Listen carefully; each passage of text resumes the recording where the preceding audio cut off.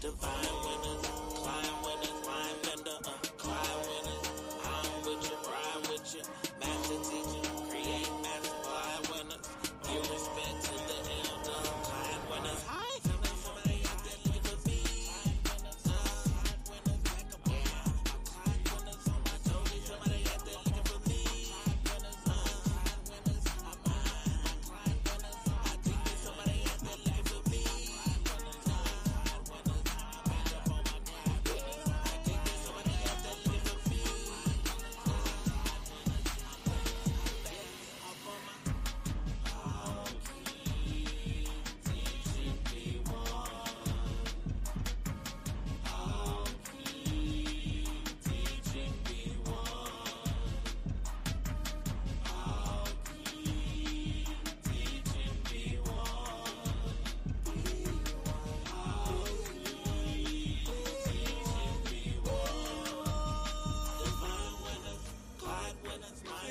We have to live by my heart. We have to live by my heart. I have not done wrong. I have not robbed. I have not stolen. I have not framed. I have not told lies. I have not stolen food. I was not stolen. I have not fornicated with the fornicator. I have not caused anyone to weep. I have not dissembled. I have not transgressed. I have not discussed secrets. I have brought no lawsuits. I have not wronged population. I have not struck ill. I have not transgressed the law. I have not been hot-tempered. Except when I'm talking about Uncle Tom. I have not been I have not cursed. I have not been violent. I have not confounded truth. I have not been impatient. I have not cursed again.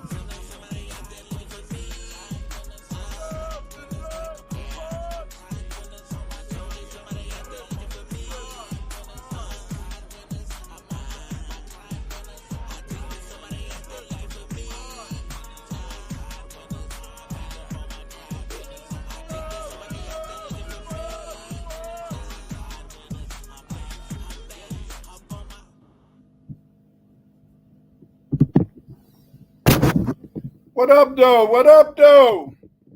How's everybody doing? What's up, family? This is a very interesting night. I decided that that I was going to do this live broadcast. Yesterday, Tarik Nasheed made a very interesting broadcast. What he did is that he talked about the fact that there were, Black Irishmen. This is a very interesting topic because many people don't even know that there were Black Irishmen. Many people, they always believe in a sense that the only Irish came over here after the potato famine. This isn't true. There were many Black Europeans in America. Many of these Black Europeans were made chattel slaves. Yes, they were made chattel slaves just like Africans and Black Indians. And what we're going to do tonight is that we're going to talk about that, family. First of all, I'd like to thank Yoshimad for the introductory music that he's provided. That is, he has that on various parts of YouTube. You can go to his YouTube page. You can also get his some of his videos and some of his music at Spotify. Support the brother Yoshimad, the genius. This man is making the music that is up to date. This man, in a sense, is showing, in a sense, what we can do, and this is very important, And the thing is, this, it's very important in the sense that we, support these brothers out there because, these are things that can help us. These are things, in a sense, that can provide us with support. It's things, in a sense, that can help us to understand what's going on.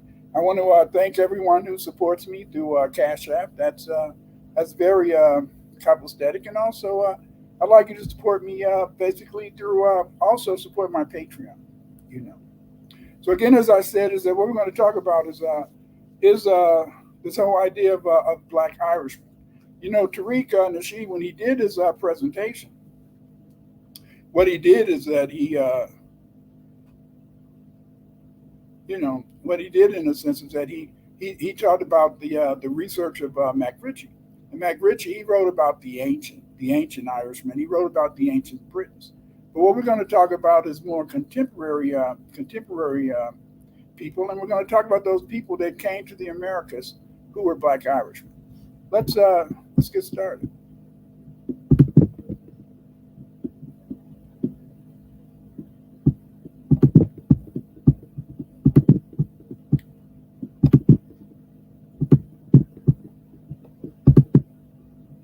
Okay, Tarik Nasheed is right. There were Black Irishmen. In this picture, you can see Cromwell. Oliver Cromwell is a very infamous Black Briton. And what he did is that he hunted down many of the Irish, and he hated the Black Irish, even though he was Black himself. He didn't really see himself as being what we would call a Black or African person. He saw himself more so as a European, as an Englishman, because he was an elite. But he did hate Black Catholics, and he sent many of them into chattel slavery. I'd like you to join my Patreon. I put my slides in the Patreon, so you can go to Patreon to see my slides. You can find me on Twitter at Dr. Clyde Winters 8. Here you're looking at this is my YouTube channel, and on my YouTube channel I have over 200 videos on all aspects of Black history. You should come to YouTube. I'd like you to subscribe and also watch some of the videos, make some comments, and maybe give me some ideas on how I can move forward. One of the good things that I have is my Patreon. In my Patreon, many of my Patreon supporters, they give me ideas on some of the videos that I do. And so, I really enjoy, in a sense, communicating with my Patreon members. You can order my books at Amazon.com. Some of my books that will deal with what we're talking about tonight are these books, Blacks in Europe, From Prehistory to Contemporary Times. You can definitely get my book, Clyde Winters, The World History of the Black Race. And in The World History of the Black Race, I discuss every Black civilization in every part of the world. Yes, every part of the world, you see. And what I show is that there were Black civilizations. There were so many Black civilizations that you have to get this World History of the Black Race to really know about it. My other book is Manufactured Genetic Origins, The Fake Eurasian Black Migration. In this book, what I do, I talk about the fact that Europeans have made up a lie. They made up a fake origin, and they try to pretend, in a sense, that they go back in ancient times, when in reality, no, they don't go back in ancient times. Europeans, in a sense, basically are recent people. They migrated from Central Asia into Europe. Europe was not always their home. As I show in my book, Blacks in Europe, Europe was a Black continent. FBA is not a group. FBA is not an organization. FBA is a lineage. A lineage is lineal descent from an ancestry, or pedigree. As a result, we are descendants of the African and Aboriginal Blacks who built the United States. Yes, B1, Black first. As I said the other day, Tarik did a fantastic. You got to go and look at this video, because in this video, he breaks down, he debunks the Irish slave myth. But yes, he was correct. There were no white Irish slaves, but there were Black Irish slaves. We'll get there in a moment. We are taught a fake history of enslavement in the USA. We've been taught a fake history of slavery in the United States. This fake history claims that all FBA came from Africa as slaves. This is a big lie.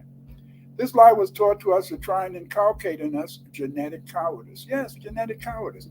They have tried to give us an infusion of cowardice. They want us to not have faith in ourselves, and they want us not to have any bravery in terms of who we are as foundational Black Americans. What is genetic cowardice? Genetic cowardice is the inculcation of fear of white people, while seeing other Black people as the enemy as a result of white supremacy. In the African colonies in the Caribbean, whites were a minority. As a result, they served as the lords of the land. They allowed their slaves to inflict punishment over their fellow slaves. Very important to understand. In the Caribbean, the relationship between the slave and his master was totally different than that relationship that existed in the United States.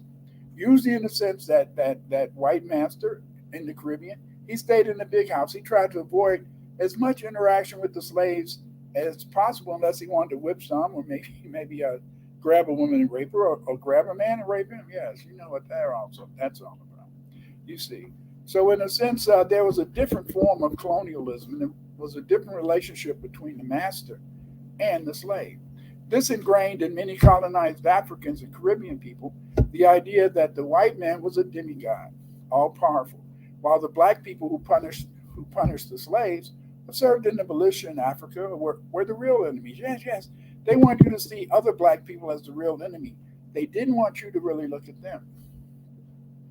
In the USA, there was a different organization of the slave plantation. You had master, the white overseer, and Negro driver.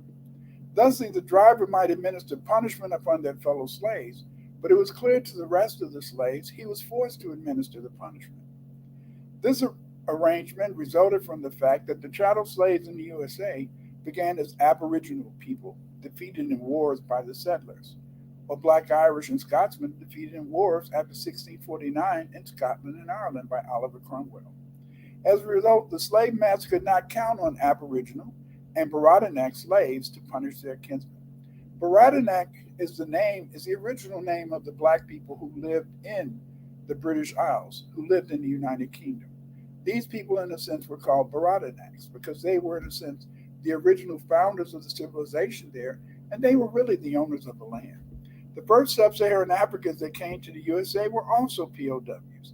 They were enslaved as a result of slave raiding. So as you can see, there was no voluntary migration of black people.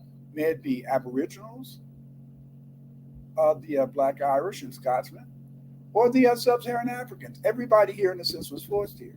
That makes us, in a sense, prisoners of war. If you do not understand white supremacy, what it is and how it works, everything else that you understand will only confuse you. This is what Nellie Fuller Jr. teaches us. He has taught us in the sense that, and I quote, the purpose for studying Black history is not to find out how great you were. It is to find out what mistakes were made that put us in our current situation. Yes, yes. It's very important to look at history from a serious perspective. And that's what we're going to do tonight. We're going to look at the history in a sense. We're going to look at how Europeans enslaved the Black Irish. Yes. Slavery was a very terrible thing. These early British, they were always kidnapping people. In fact, they began to enslave Aboriginal black people even before the English established any type of settlements on the continent. What they would do is that they would bring their ships over and they would go to the black Indians and they would give them gifts. And these gifts would often be blankets. But if only those brothers and sisters would have known, they would have never took those blankets, because usually those blankets were infected with smallpox. Yes, smallpox. And because they were infected with smallpox, the smallpox cleared out many black Indians, even before, in a sense, the English began to settle these United States. What we have been taught about our history is a lie. Much of what we have been taught about our history is a lie. There are many myths circulated to explain why Africans were sold into slavery, and who were the slaves that became foundational Black Americans. Some of these myths about Southern slavery include the racist doctrine that Africans, because they lived in a warm climate, were fitted for the labor in the South. As you guys know, in many parts of the United States, as hot as it is, no, we can't take the heat either. And also, you got to remember that Africa, the mean temperature in Africa is 80 degrees. That's not 100. This was false. The average temperature in Africa was 80 degrees. Black people suffered much working in the hot sun of the South. Another myth was that whites could not perform the labor. This was false, because we know that most farms in the United States were family-owned farms, worked by white farmers, especially in the North. The Aboriginal blacks and Africans were chosen to become a slave because he knew about farming, had many valuable skills necessary to keep a farm operating. For example, brick making and laying, metalwork, engineering, and other skills. Most importantly, they were captured when they were defeated during war. They were POWs. Always keep this in mind. Keep this in mind that the chattel people who were enslaved, they were not in a sense voluntarily came here to work for Europeans. They were enslaved in a sense, and as a result of losing battles and wars. As a result, the knowledge of Africans as farmers for both men and women work, along with the rich African heritage of a large number of craftsmen, made Africa a prime area to kidnap people to serve as slave laborers. In 1634, Aboriginal foundation of Black Americans were made slaves after wars with the English. In 1641, Massachusetts became the first colony to authorize slavery through enacted law. In 1654, John Kazor, a Black indentured servant in colonial Virginia, was the first man to be declared a slave in a civil case. Yes, a civil case. Between 1650 and 1660, Oliver Cromwell went to war against the Black Catholics. He sent tens of thousands of Black Irish and Black Scotsmen as chattel slaves to the 13 colonies. Yes. These people came as chattel slaves. That means that they were not indentured servants. They were the personal property of their masters. During most of the British colonial period, slavery existed in all the colonies. In 1703, more than 42% of New York City households held slaves. In South Carolina in 1720, about 65% of the population consisted of enslaved people. So as you can see, Black people, foundation of Black Americans, have always been a major population in these United States. That's one of the reasons that we built the United States. This is the country we built. But FBA, Foundation of Black Americans, we have a tripartite origin. Our ancestors were Aboriginal Blacks, Black Europeans, and Sub-Saharan Africans. Most Sub-Saharan African prisoners of war came from the Western Sahel in West Africa. This explains why FBA culture has few commonalities and shared traits with Afro-Caribbean and Afro-Latin culture. The history and the chronological depth of Aboriginal Black Native Americans, led to ethnic cleansing and enslavement. But see, many of the Black indigenous people, along with Black Catholic European chattel servants, made FBA a unique people. Very important to understand. And much of the rest of the United States, not the United States, but in Brazil, in Mexico, in the Caribbean, many of these slaves, they came in a sense from the Guinea coast. They came in a sense from the Guinea coast. They came from Nigeria, what we call modern Nigeria, and places like that. Whereas most of the sub-Saharan enslaved people in North America came from the Senegambia. So there was this difference, Also, you got to remember in a sense that on these slave plantations, they were not just sub-Saharan Africans. It's very important to remember that they were already on these plantations before Africans even arrived in the Americas. They were already, in a sense, chattel Irish slaves and chattel Indian slaves, because they were able to be made slaves because the fact is that they had lost battles and wars. And as a result of being, in a sense, prisoners of war, they were made into slaves. Were there Aboriginal POWs? Yes, they were. Black Native Americans fought the British, you see. One of the greatest wars that they had was the war between, in a sense, the Yamasee and the British.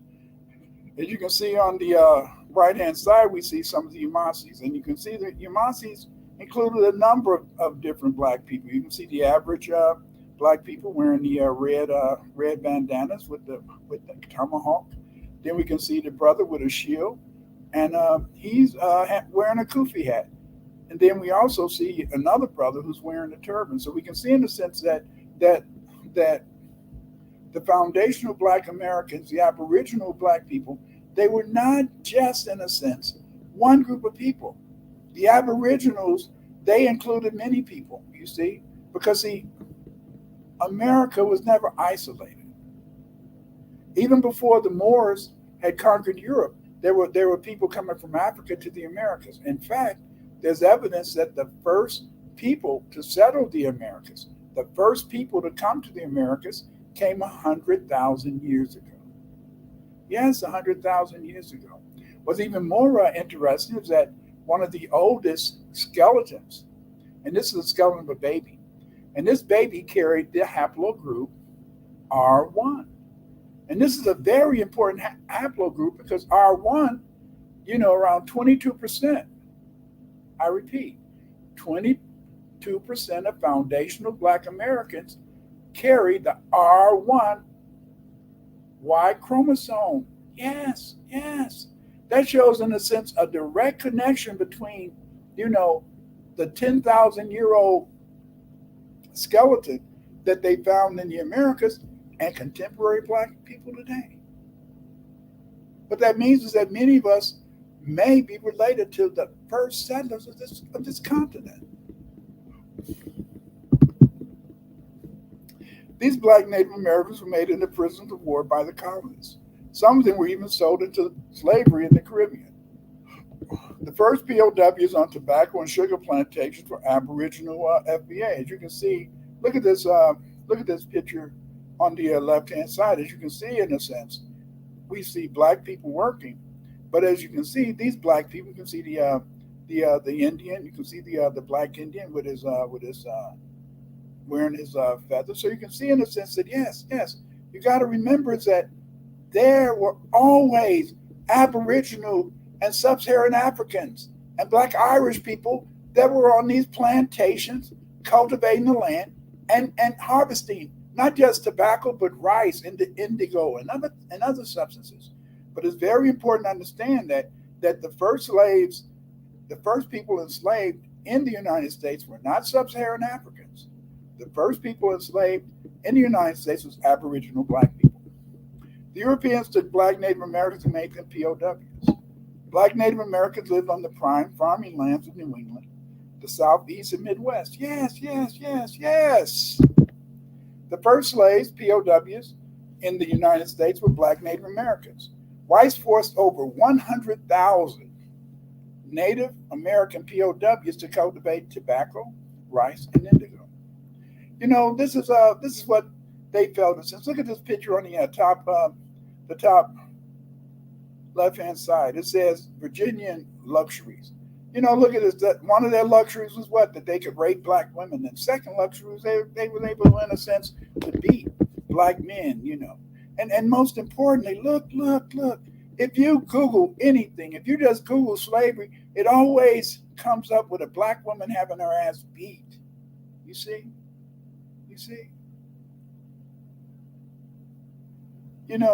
That's why I tell people that it's very difficult for a white man to love a Black woman, because they've been conditioned to feel that they should hurt our women. They've been conditioned to feel that they're superior to our women. They've been conditioned to feel that our women should be beaten. And the reason that they feel that our women should be beaten is because the fact is that our women are so powerful, you see. When a Black woman is in her natural state, she has a whole lot of power. And when a Black woman and a Black man are together, they even have double the power, you see. But that European has made it in a sense his prime goal to make sure that he beats down the Black woman, even though, you see, he uses her to kind of punish the Black man. When you went to a plantation in the old days, you'd usually find a brother with a pole stuck up his ass coming out of his mouth. And if they didn't have a brother on a pole, they would also, in a sense, put heads. Yes. Slavery was not a plaything. Slavery was about terror. Slavery was about, in a sense, trying to control enslaved people. We had 250 slave revolts. They only tell you about Nat Turner, Denmark Vesey, and one more slave revolt. And they only tell you about those slave revolts because the fact, in the sense, is that those slave revolts were a failure. But there were 250 other slave revolts, you see. So they wanted to, in a sense, maintain authority. And they felt that the best way to maintain authority was cut a brother's head off and put it on a pole, put it on a pike. And so when you entered a plantation back in the day, this is what you would see. You would see maybe at least one head on a pole. Most of the time, they didn't want to really, decapitate lots of slaves because you were recognized as their property and their money. You know, a lot of the history today and much of the knowledge that we know today about the Black Irish is a result of the wonderful research of Marie Charles. Marie Charles, she's coined a name for those people in Britain who have returned from Jamaica and other islands. She calls her people the foundational Black Britons. Yes, she's created this term because what she's been able to do is through her research, she's been able to show the connection between ancient Britannia and Africa, and also ancient Britannica and Black people generally. In fact, it's her research that led me to be able to provide you with this presentation that we're doing today. It's the research of Dr. Marie Charles that allows us, in a sense, to investigate, to understand, and to know about the Black Irish. She publishes a very important magazine that she calls MFIT, and MFIT stands for Missing Faces, in history. And what she does is that she tries to, in a sense, show us where all of these ancient Black people are. You got to buy her. You got to buy her books. You got to support her Misfit magazine because it is so full of knowledge, and it's knowledge that can help you to get a real understanding of world history. It's amazing. It's amazing that people like W.E. Du Bois, Carter G. Woodson, J. Rogers, they did a lot of research, but they never, in a sense, discussed the fact that most of us have an Aboriginal background. And they definitely didn't discuss the Black Irish. And that's what I'm here to do tonight. I'm here to talk to you about those Black Irish. Lee Cummings, he's written some very good books. He calls his book The Negro Question Parks. And what he does, he talks about the swarthy memoirs of the Black Americans, And what Lee Cummings said, and I quote, "The only colony was not founded by a Black Scottish Highlander king was in Georgia colony. I have to mention this in my conclusion to close any gaps that the government-sponsored scholars might use against the truth.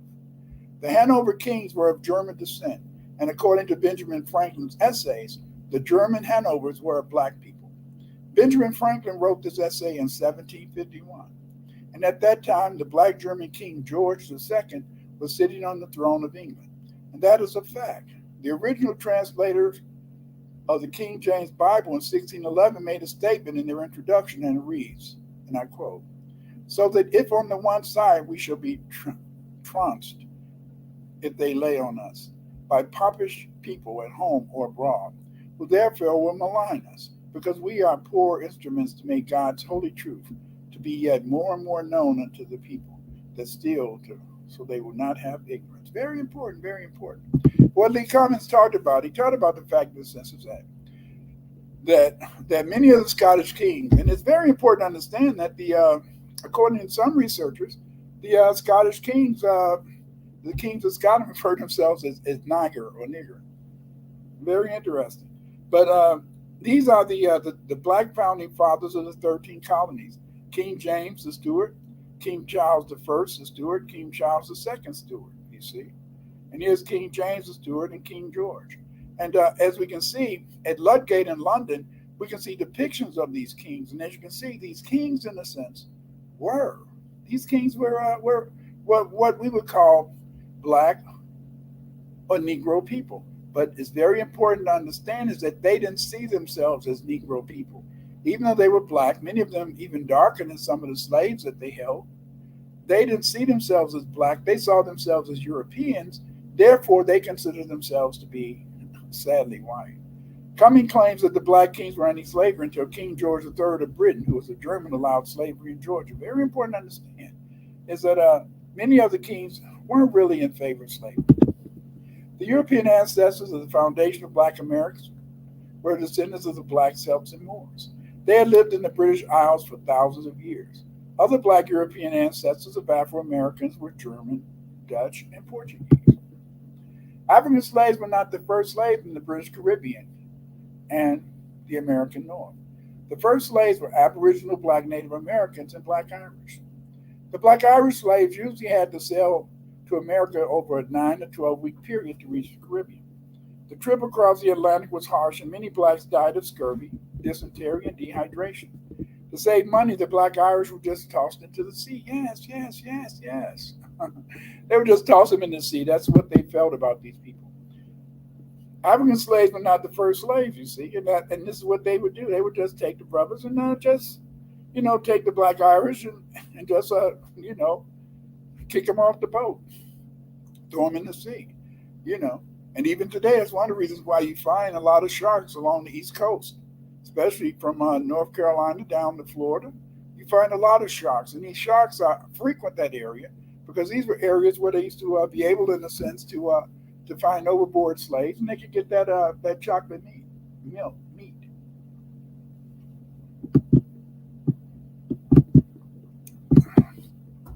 When the British began to colonize the United States, there were still many black Englishmen like Oliver Cromwell. Oliver Cromwell was a black Englishman. Oliver Cromwell was the governor of Ireland. Oliver Cromwell was the son of a nobleman. He enjoyed a strict Puritan education at the College of the University of Cambridge, and then studied law in London. In 1640, Cromwell was a member of Parliament and became the leader of the Puritan opposition to King Charles. Under Cromwell's leadership, he had over 100 victories over the Irish. This is one of the actual paintings of Oliver Cromwell. You know, if you were in a sense to try to Google Oliver Cromwell today, they would show some picture of a person. He had kind of broad features, but they would try to make him look European, try to make him look what we consider to be a Caucasian. But as you can see from this painting, that you can see his Negro features. You can see, in a sense, I mean, he looked like some of the old jazz musicians, in a sense. You know, he looked like somebody that had a curl, Jerry curl or something. Large numbers of black Irish slaves were sold in Caribbean slavery. For example, 50,000 black Irish slaves a year were sold into slavery in the New World between 1652 and 1656. Cromwell and the Bristol merchants sold over 100,000, I repeat, 100,000 Irish children, and they were sold as slaves in Virginia and New England. These were black people, but these were black children. They had no qualms. They had no qualms about killing these people. They had no qualms about committing genocide because, see, Oliver Cromwell was a Protestant. And these black Irish were Catholics. He did not like Catholics. The black Irish were either exterminated by the English or sold into slavery. In a proclamation in 1625 by Herbert L. Burr, reported that King Charles sent 30,000 black Irish prisoners into chattel slavery into Barbados, Montserrat, St. Kitts, and St. Lucia, and the 13 colonies of North America. So you can see that they were already sending them here, you see. Other Irish slaves were sent to Guyana in 1629, and Antigua and Montserrat in 1652. By 1637, by 1637, 69% of the inhabitants of Montserrat were black Irish. Yes, black Irish. Researchers have often wondered, why do all these former enslaved people, so-called enslaved people, why do they have all these Irish names? And then when they check the records and they check the rolls and they check the names of the masters of these slaves, they often found that these slave masters did not have the names of the slaves that were on their plantation. And a lot of people couldn't understand that. But we can understand that now. The reason that these blacks in Jamaica, Montserrat, and other places had these Irish names is because of the fact that they were Irishmen. Their ancestors were black Irish who were sent into chattel slavery by Oliver Cromwell. Oliver Cromwell was an English general and statesman. He was born in 1599. Cromwell was a Protestant nationalist who hated Catholics. Back in his day, the vast majority of black British were Catholics. Yes, yes. As a member of Parliament, he became commander-in-chief of the armies of the Parliament of England against King Charles, the first during the English Civil War. He also reconquered Scotland and Ireland, and subsequently ruled the British Isles as Lord Protector from 1653 until his death in 1658. Oliver Cromwell began to reconquer Ireland in 1649. He hated Catholics. He massacred 3,500 in the first battle. The rest were sold as slaves to the 13 colonies in the Caribbean. Irish slaves were sold in high numbers between 1649 and 1653. At first, when I first started reading the research of Dr. Marie Charles, it was made my mind get all combobulated or whatever you want to call it, because the fact is this is that I'd always considered, growing up in the United States of America, where it's been clearly delineated that you're black, you're white. As white people, I don't like you blacks, and you blacks better stay in your place. It's kind of hard for me to wrap around the fact that a black man, Oliver Cromwell, could be so hateful and be in a sense so bloodthirsty. But I mean, isn't that the European character? Europeans are just bloodthirsty people. Oliver Cromwell reconquered Ireland in 1649. You see, 100,000 Irish were sold as slaves in Virginia and New England, children. Here's a picture from back in those days, and as you can see, they accurately painted the Irish as being black, and most of the English being white. And you can see that they used to even get the babies and put them on pitchforks, and they would throw them into the river, or they would just kill them. It's just terrible, you see. But this is what the Protestants, felt about the black Irish. They just felt that since you were Catholic, in a sense, that they shouldn't respect you. If you were Catholic, they felt that they had a right to do anything they wanted to you, because they felt in a sense that you were in some way a stranger. And it's always amazing to me that you can find people who claim to believe in the same religion, for example, Protestants and Catholics, and they hate each other, want to kill each other, or you find Shiite and Sunni Muslims. They want to fight each other. How can you believe in the same God, and yet in a sense be an enemy to other followers of the faith? It has to be from what? Some sort of pride, some sort of theology. Because remember, faith in God is easy. That's just saying I believe. But it seems as though faith is not enough for most people. Most people have to have some sort of church, some sort of organization, some sort of leader. And this is what Oliver Cromwell was about. He was about trying to get rid of those Catholics who were black, you see. And we know that many of these enslaved people that came here, came over here through the transatlantic slave trade. And these were some of the slaves and molasses that they had. You can see in a sense that although they're talking about sugar molasses from England, there was also slaves that came from England. And these slaves that came from England were mainly Irish. Many sick Irish slaves, as I said before, were thrown into the ocean. They also allowed slave traders to kidnap Irish people. During the 12-year suppression of the Irish, Cromwell sold around 300,000. I repeat, he sold over 300,000 slaves, during his 13 wars. In between 1651 and 1660, 130 alone were sold to the Caribbean. That means the rest of them, over 170,000 were sold where? In the 13 colonies. Yes. That's why it's so many of us, in a sense, that have these Irish names. And many of these Irish names didn't come from, in a sense, our so-called masters. Many of these Irish names go back in time to the 1600s when we came over here. And when many of these Irish people came over here, black Irishmen, became slaves. Here's some newspaper articles of the day.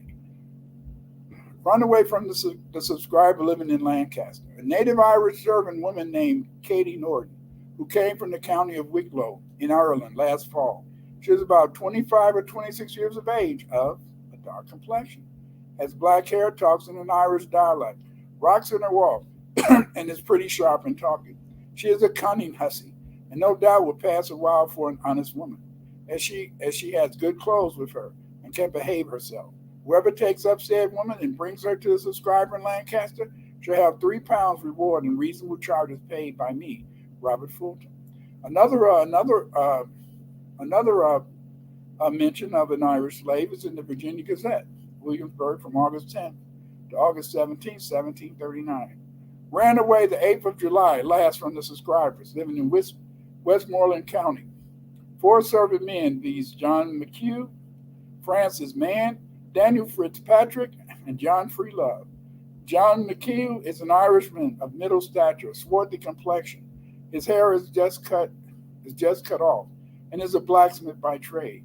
He has he has one of his arms, a bleeding heart, pricked with gunpowder, and a name at the length with several other letters. He had on when he went away a bluish gray coat and breeches, a Darlin's shirt, and an old hat. He also took with him a pair of long trousers and an Osberg shirt. Francis Mann is the Englishman of middle stature, swarthy complexion, short brown hair, and yellowish riding teeth. Speak quick and full mouth. He goes a little lame and says one of his legs has been broke. He is a blacksmith by trade. He had on when he went away a max coat, vest, a coarse pair of long trousers. So as you can see, when they say swartz, that's the same as saying that they were black. So you can see that many of these Irishmen, you see, even as late as the 18th century, were still black. Yes, yes. Bristol merchants sold many Irish into slavery. Between 1651 and 1634, 30,000, 40,000 Irish Roman Catholics were sold as slaves. Irishmen served as mercenaries. They were sold to be placed in armies across Europe, especially France and Spain. Women were sold elsewhere as slaves in the Caribbean. This is really deep to me. I sometimes don't understand how those brothers, how they could fight as mercenaries. But maybe the Protestants would tell them that your women are safe at home, and as long as you fight, we won't kill them. But they were wiping those black Irish women out. They were killing them as many as they could. Many of these slaves were women and children sent to Barbados and the 13 colonies. 50,000 a year Irish slaves were sold to the New World between 1655 and 1656. You can read more about some of this ethnic cleansing of Ireland into Hell or Barbados. Oliver Cromwell could be credited with the exile and extermination of many blacks in Ireland, Wales, and Scotland. Cromwell, in his wars to recapture the Irish, sent black Irish to the Caribbean and 13 colonies in America. And this I quote, he sent them there in a sense to be in perpetuity as slaves on the sugar plantations. For example, in 1650, 20,000 black Irish were sent as slaves to Barbados. Very few black Irish were indentured servants. After the Battle of Worcester, 10,000 black Welshmen were sent into slavery. As I told you, they were serious. Oliver Cromwell wanted to get rid of these black Catholics. He wanted to get them out of the UK, out of the United Kingdom. He wanted to get them off of the British Isles so that the British Isles would be a country mainly ruled by Protestant people. Cromwell saw slavery as a perfect way to remove the Catholic blacks from Ireland and Scotland. Cromwell usually worked with Bristol merchants to sell many Irish into slavery. Between 1651 and 1654, 34,000 to 40,000 Irish Roman Catholics were sold as slaves. Cromwell forced many black Irish to serve in his army. Instead of freeing these blacks, black Irish men were forced to serve as mercenaries. They were sold by Cromwell to be placed in armies across Europe, especially France and Spain. Yeah. So what he did is that many of these black Irishmen ended up fighting in wars in France and Spain. Cromwell was especially interested in populating Jamaica. As a result, many of these slaves were women and children, sent to Jamaica, Barbados, and to the 13 colonies. Black Irish slaves were in America as late as the early 1800s. Many of these slaves were women and children sent to Barbados and the 13 colonies. 50,000 a year. Black Scotsmen were also sold as slaves. As late as the 1800s, black Irishmen were sold as slaves. One of my Patreon members informed me today. He sent me a message and he told me that, "Hi, Dr. Winters. I just wanted to share this story with you related to black Irish. My great-great-grandfather's name was Pleasant Sherrod, or Sherrod. He was born in Anderson, South Carolina in the early 1800s. His father came over on a boat from Ireland and was immediately put on a plantation." Yes. So even though in a sense we find that many of the black Irishmen, began to be sold in the 13 colonies and into Jamaica in the 1600s, we also see in a sense that as late as 1800s, Many black Irishmen were rounded up and sold into chattel slavery. In summary, the British Isles had been inhabited by blacks for over 30,000 years. These blacks created civilization in the United Kingdom. The evidence is clear that Cromwell sent most of the black Britons to the Caribbean as slaves. These Baradanacs were not indentured servants.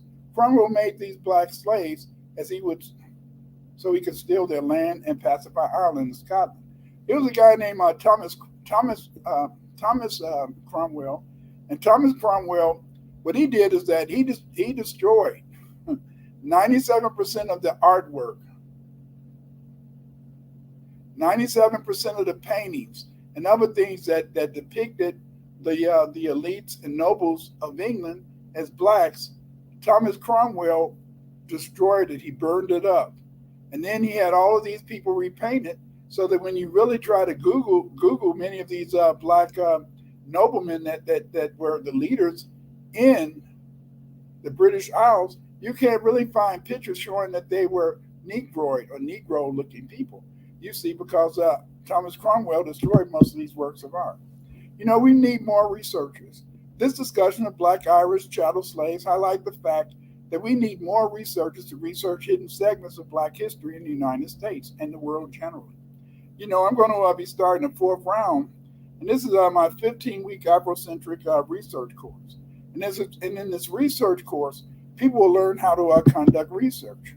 You see, and this is very important, you know, because as Nellie Fuller said, studying black history is not to find out how great you were, it's to find out what mistakes were made. And this is very important for us because see, much of the history has been a lie. Just like I just showed you how there were, when they wrote books saying how the Irish became black, the people would tell you, oh, that doesn't really mean that they were black. But as you can see, there were black Irishmen who were chattel slaves.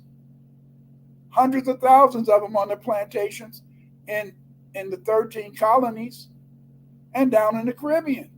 But you wouldn't know that if I wouldn't have done the research, and I wouldn't know that if not for the research of Dr. Marie Childs.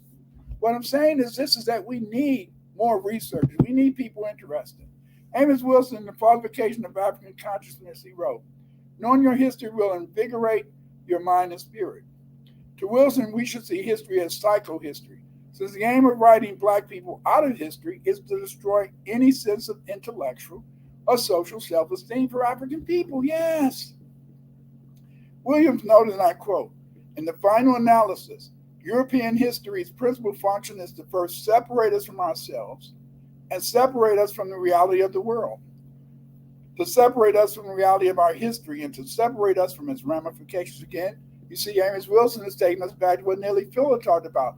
You have to look at history, but you have to look at history in a sense as a way to help you determine and develop a future for us as a people, you see? But see, there's so many myths and lies that we've been taught that we need researchers. And that's what I teach a course for.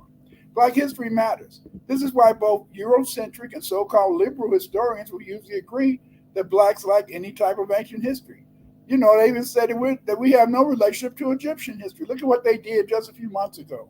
You know, when they wanted to, when they made a movie about Cleopatra being black, and you know, people got so upset, and the whole world came out attacking Netflix for showing such a film because of the fact, in the sense that the evidence shows that she was black. You see? But the point is this, is that when you don't write your own history, when you don't do research, then in a sense, people don't know. You see? That's why liberals and conservatives, they all agree, because both groups do not believe that black people have an ancient history due to their absorption of consensus history. And consensus history is history that's been agreed upon by the white supremacists that they want you to know. They want you to believe that you have no history. Look at how hard they're fighting down in Florida. Look at how hard they're fighting down in other parts of the country to cut out, say, your tape, critical race theory. Do you know that that's going to put us back unless we have people writing and researching our history? That's why I teach this class, to develop in a sense a group of researchers who can write our history, tell our stories, and then allow our children to grow up with a great self-esteem and belief in themselves. You see, Black history matters. History situates your place in society. History tells you who you are. History promotes or discourages self-esteem, you see. You know, they teach you a history in a sense where everything that's been done in the world was done by Europeans, done by, in a sense, Caucasians, which is false. We built this country. You see, we made the telephone work. We made the electric light bulb work. We're the ones who electrified the city of New York. We're the ones, in a sense, who invented the oil device that keeps our machines operating in factories.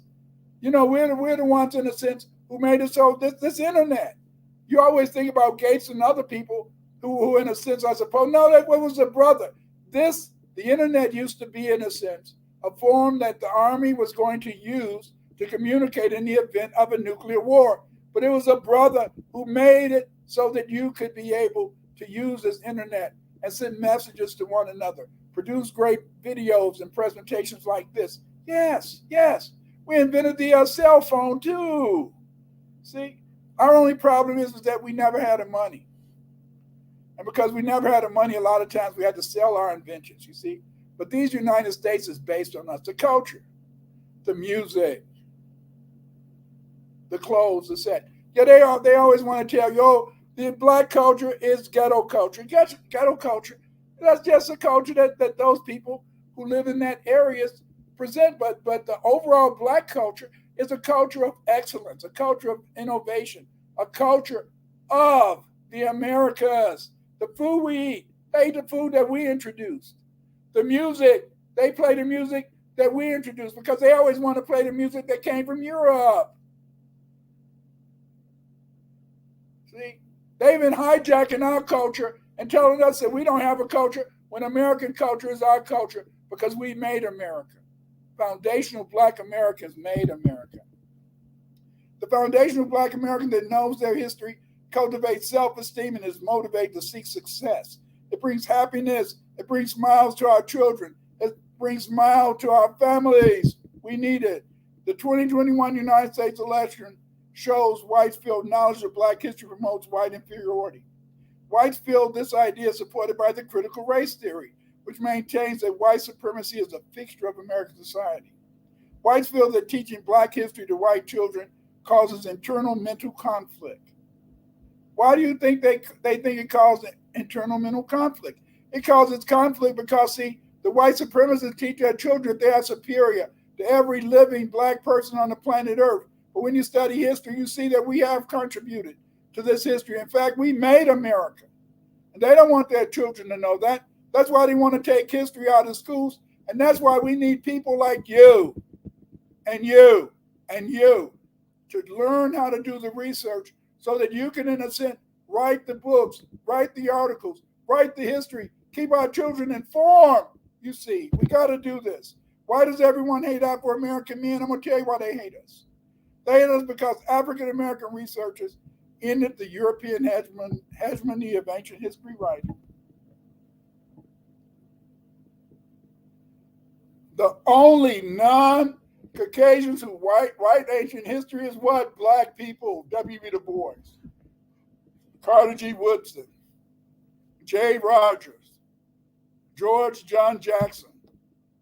Get out of here. See?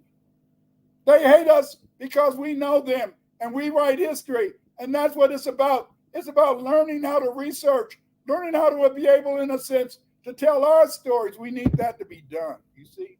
The mission of my research course is an Afrocentric researcher. In this course, you will learn research methods that can help you write and conduct research in the business, educational, historical, linguistic, and anthropological disciplines, you see. You know, my students have made many great contributions. And I've only been teaching the class for the past 2-3 years. You know, my former students, after taking the course, have published many articles and books to further research aspects of our history. You see, here's a book called A Black King of Anglo-Saxon England called King Offa.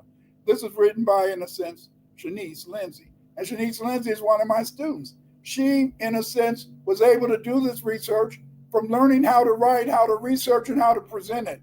Here's another book by Beckett, and she wrote the book The Black Mother's Wound, the Comedic-Centered Thought, remedy. And this Black Mother's Wound is powerful because she explains, in a sense, why many of us grow up with trauma, even growing up in the Black family, and some of the things that our mothers do to us.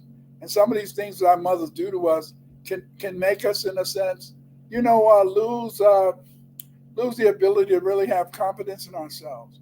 And in the mother's womb, in the Black mother's womb, what Beckett does is that she gives you a plan, she gives you a method, she gives you a way to work this out. She talks about various issues that relate, in a sense to growing up in a Black family and how the mother's been affected by white supremacy. And then she gives you exercises that can help you to maybe, solve some of your problems and remedy, in a sense, the effects of the trauma that's been caused. In King Offa, what Shanice does is that Shanice presents a historical overview of the Black people in the United Kingdom. She goes all the way back to 22,000 years ago to show the continuity of the Baradinaks. The Baradinac, that's the name of the people in Britain.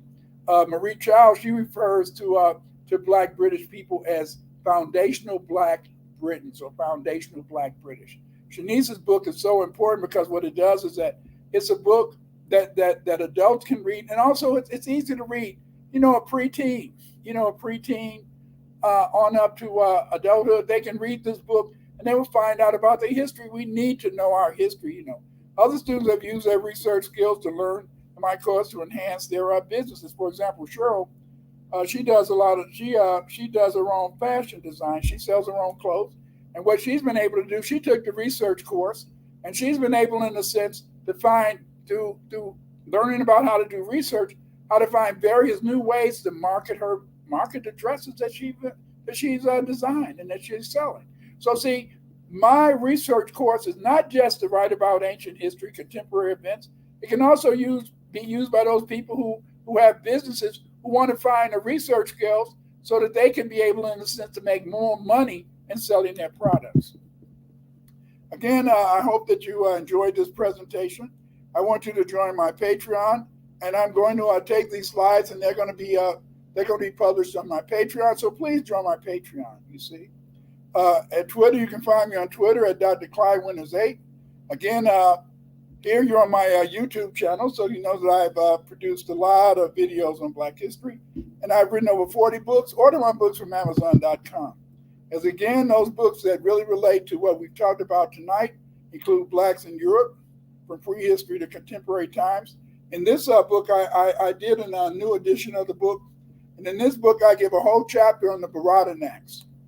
So for those of you people who are in England, you may want to buy this book, and you can find, in a sense, a discussion of your history in the British Isles on up to Jamaica. And of course, my book, The World History of the Black Race. In this book, I discuss the Black races that exist on every continent around the world. And you can also, in a sense, get my book, The Manufactured Genetic Origins of the Fake Eurasian Black Migration. You see. Thank you.